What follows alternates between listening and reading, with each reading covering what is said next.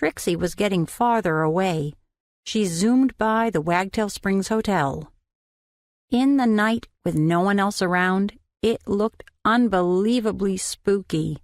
No wonder people thought they saw ghosts in the eerie windows. Frantic barking started. It had to be Trixie. I listened carefully for a clue to her whereabouts.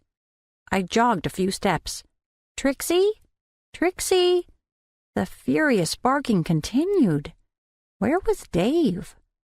Like magic, he strode up, dressed in his uniform, an oasis of calm in the night.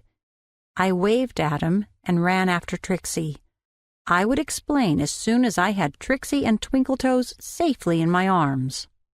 The light from the street lamps didn't stretch far as I rounded the hotel. I slowed down, stepping through the grass carefully while my eyes adjusted to the darkness away from the fire. Without the light of the moon, the expansive lawn in back of the hotel would have been treacherous. The huge gazebo shimmered faintly. The barking grew louder. But where were they? I squinted and scanned the lawn for any sign of their white coats. Twinkletoes, where's my pretty kitty? I tried to sound relaxed so they would come to me.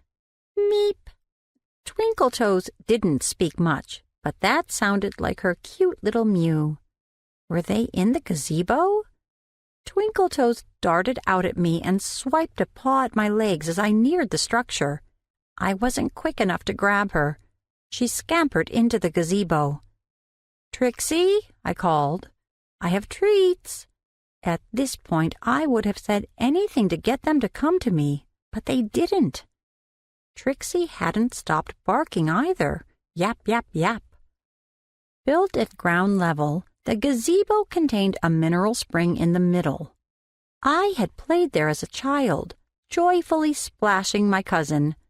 Shallow water covered ancient stones, worn to smoothness. Simple wood stairs led from the decking into the pool. As I approached, Trixie ran from the deck of the gazebo yipping. I sighed.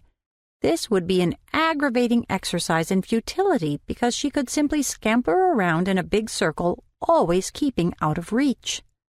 She would sense my desperation. I tried to be calm and called her softly. She backed away and backed away. I stepped onto the decking and squinted in the darkness. Why hadn't I brought a flashlight? Trixie's white coat gleamed in the moonlight. She whined at the water and at the person floating in it, face down.